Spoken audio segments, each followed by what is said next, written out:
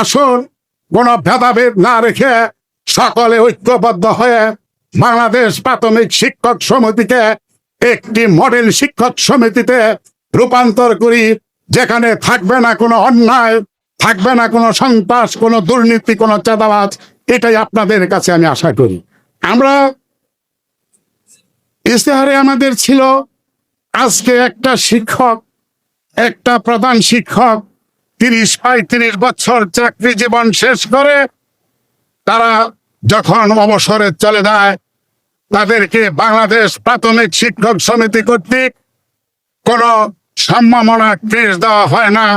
আমরা নিয়ত করেছি যাদেরকে অবসরে যাবে তাদেরকে সম্মানী ভাতার সাথে সাথে আমরা তাকে সম্মাননা ক্রেস্ট প্রদান করব। যতদিন পর্যন্ত সে বেঁচে থাকবে ততদিন পর্যন্ত সে মনে মনে ভাববে যে আমি প্রাথমিক বিদ্যালয়ের শিক্ষক ছিলাম, সমিতি কর্তৃক আমি একটা সম্মাননা পেয়েছি। শুধু তাই নয়, তার নাতি পুতি মারা যারা থাকবে তারাও বলবে যে আমার এই দাদা, আমার এই তাই, আমার এই ভাই আমার প্রাথমিক বিদ্যালয়ের একজন শিক্ষক ছিলেন।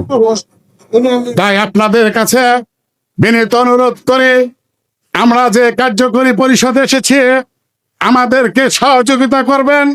আসুন কোন ভেদাভেদ না রেখে সকলে ঐক্যবদ্ধ হয়ে বাংলাদেশ প্রাথমিক শিক্ষক সমিতিকে একটি মডেল শিক্ষক সমিতিতে রূপান্তর করি, যেখানে থাকবে না কোনো অন্যায়, থাকবে না কোনো সন্ত্রাস, কোনো দুর্নীতি, কোনো চাঁদাবাজ। এটাই আপনাদের কাছে আমি আশা করি।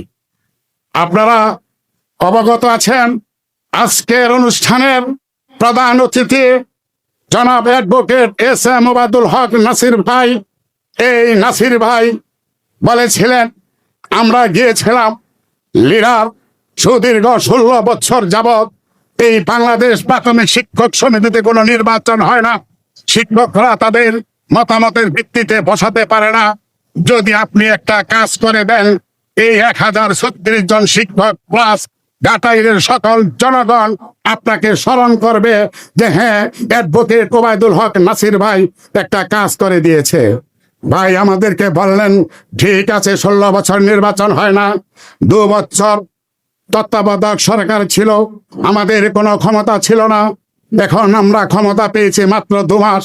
আমি আপনাদেরকে কথা দিলাম বাংলাদেশ প্রাথমিক শিক্ষক সমিতিতে নির্বাচন হবে, অবাধ সুষ্ঠু নির্বাচন হবে, এবং সেই নির্বাচনে 1036 জন শিক্ষক তাদের মতামত প্রকাশ করে, ভোটাধিকার প্রকাশ করে তারা পার্লামেন্টে পাঠাবে। এটাই হলো আমার আত্মসা। সেই হিসাবে আমরা আমাদের নেতা চিকিৎসার জন্য বাহিরে চলে যাবেন। আমি পরিষদ নিয়ে সেখানে মাত্র 8-10 জন নিয়ে স্যারকে জানাতে যাই স্যার শারীরিক অবস্থার খবর কি।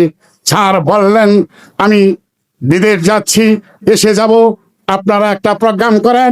যে প্রোগ্রামটা নির্বাচনের পূর্বে আমার করার কথা ছিল, আমি বাংলাদেশ সরকারি প্রাথমিক বিদ্যালয়ের অর্থাৎ 172টা বিদ্যালয়ের শিক্ষকদেরকে চিনি, কিন্তু তাদেরকে সমবেত করে যে কোনো কথা বলার এই সুযোগটা আমার হয়নি।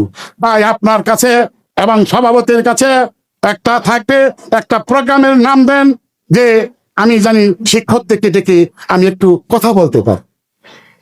আজকে এই যে সুদীর্ঘ 16 বছর পর মতামত পেয়েছেন, এটা সাধারণত ক্ষমতাসীন দল যারা থাকে, যে দলই থাকুক তাদেরই পাওয়ার থাকে, তারাই করে। আজকে এই কাজটা করে দিয়েছে আমাদের নেতা অ্যাডভোকেট এস এম ওবায়দুল হক নাসির ভাই। আজকে আমি আপনাদেরকে বলতে চাই, যারা আমরা নির্বাচন ইশতেহারে দিয়েছিলাম যদি আমরা ক্ষমতায় যাই আপনাদের ভোটে, আপনারা যদি আমাদেরকে বসান, আমরা নির্বাচন ইশতেহারে আমরা এই জিনিসগুলা পালন করব। সেই জিনিসটা পালন করতে যাচ্ছি। এই ইশতেহারে ছিল কর্মরত অবস্থায় যদি আমার কোনো শিক্ষক ভাই মারা যায়, এই বাংলাদেশ প্রাথমিক শিক্ষক সমিতির সদস্য থাকে, তাদেরকে হঠাৎ মৃত্যু হলে তার চাকরিরত অবস্থায় তাদেরকে আমরা তার পরিবারকে ওই দিনই আমরা একটা সম্মানী দেব পাশে। আমরা এটাও একটা কার্যক্রম পেয়েছি।